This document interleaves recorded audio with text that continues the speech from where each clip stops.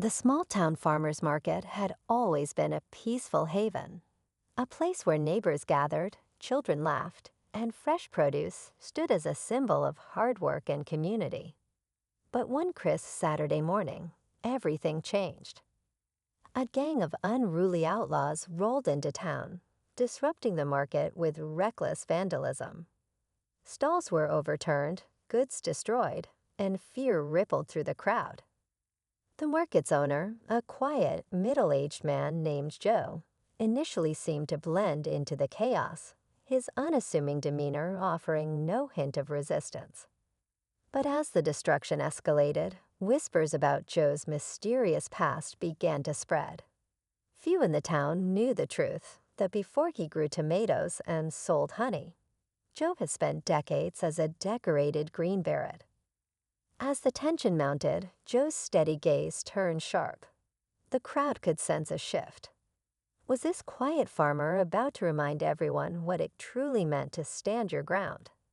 Joe hadn't always been a farmer. Decades ago, he was trained for survival in the harshest conditions, learning skills that only a handful of people on the planet could master. But that was a different life, one he rarely spoke about. When he retired, he traded camouflage for flannel and weapons for a garden hoe, hoping to leave the violence behind. The market was his dream, a place where life felt simple and good again. But now, as the gang continued their rampage, knocking over crates and threatening vendors, Joe's memories of his old life surfaced. He didn't want trouble, but something deep inside stirred. A mix of duty and protectiveness for the community he cared about. The outlaws, oblivious to the quiet storm brewing in Joe, laughed and taunted the frightened crowd. Joe remained calm, watching their every move. The question hung in the air. How far could they push him before he'd act?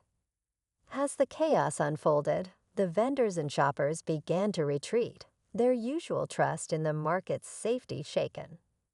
A young boy clung to his mother's side, his wide eyes fixed on the scene.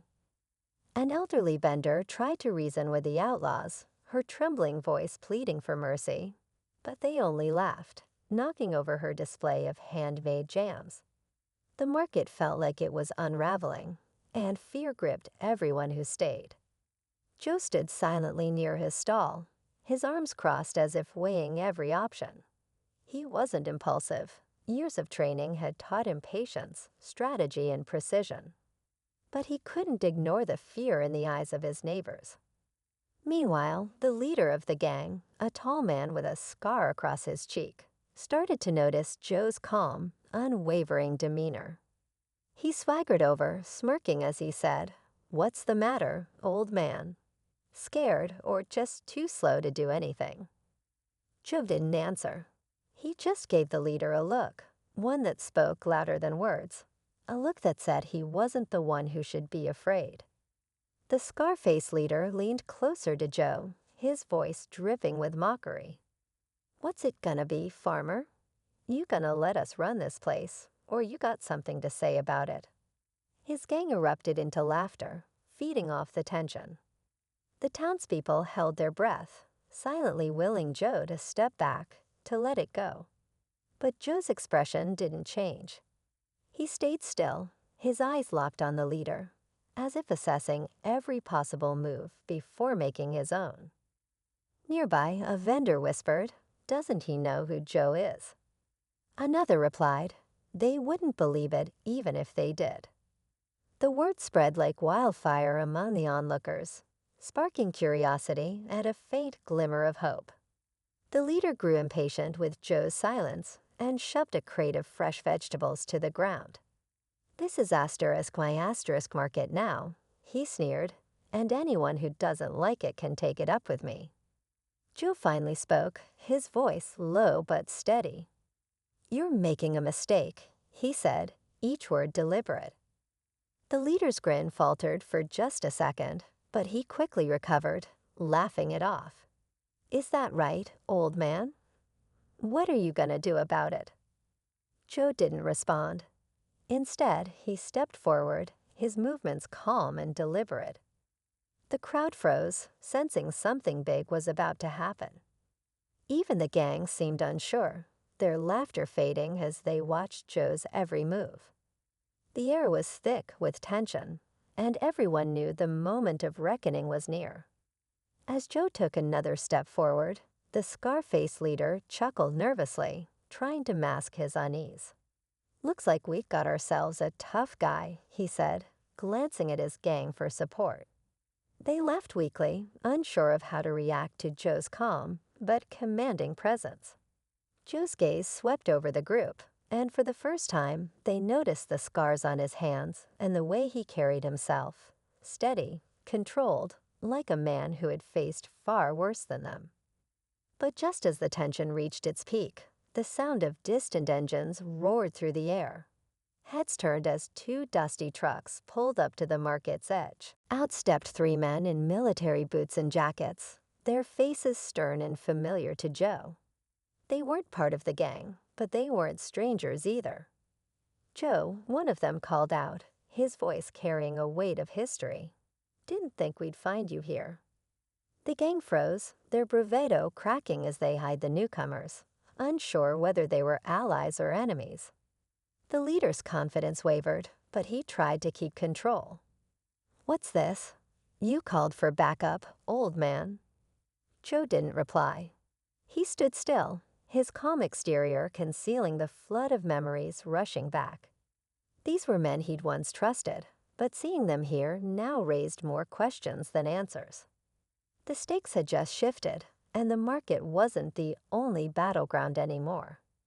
The crowd watched in silence, caught between fear and curiosity, as the past and present collided. Joe locked eyes with the man who had spoken, his expression unreadable. "Didn't think I'd see you here either," he said, his voice steady but laced with caution. The three men exchanged glances, their postures tense. They weren't here by chance, and Joe knew it. The gang leader, now visibly rattled, gestured at the newcomers. "Friends of yours? Doesn't matter. We run this place now." He motioned for his men to stand their ground, but they hesitated, sensing the growing danger. One of the newcomers stepped forward. "We didn't come here to make trouble, Joe," he said, ignoring the gang. "But it looks like trouble found you anyway. You sure you've got this?" Joe didn't hesitate. "I've got it," he said, his voice firm. He turned back to the gang, his calm demeanor now replaced by the quiet authority of a man who knew exactly what he was doing. The gang leader sneered, trying to regain control. "Enough of this," he shouted, lunging toward Joe. But in a blur of movement, Joe sidestepped and disarmed him, sending the leader sprawling to the ground. The crowd gasped, and the other gang members froze, unsure whether to fight or flee. Before anyone could react further, Joe's unexpected allies stepped in, quickly securing the scene without unnecessary violence. The gang, realizing they were outmatched, surrendered, their bravado completely shattered. As the chaos settled, the leader muttered, "Who are you?" Joe leaned in close and said quietly, "Just a farmer who protects what's his." The market erupted in cheers, but Joe's focus remained on the three men. "Why are you really here?" he asked, his voice low. The leader of the trio smiled faintly. "Let's just say your quiet life isn't as quiet as you think." And with that, they walked away, leaving Joe with a sinking feeling that this was only the beginning. With the gang escorted out of town and the market returning to calm, Joe stood silently amidst the scattered crates and overturned stalls. Vendors began picking up the pieces, their initial shock fading into quiet gratitude. A few approached Joe, thanking him, but he waved them off with a modest smile. "Just doing what needed to be done," he said simply. The young boy who had clung to his mother earlier ran up, his wide eyes filled with awe. "Are you a superhero?" he asked, his voice barely above a whisper. Joe knelt down, meeting the boy's gaze. "No, kid," he said with a gentle chuckle. Just someone who cares about this place, like your mom and everyone here." As the day wound down, Joe returned to his stall, arranging what little remained. He glanced toward the horizon, where his unexpected visitors had disappeared. He knew his past wasn't done with him, but for now, the market was safe, and that was enough.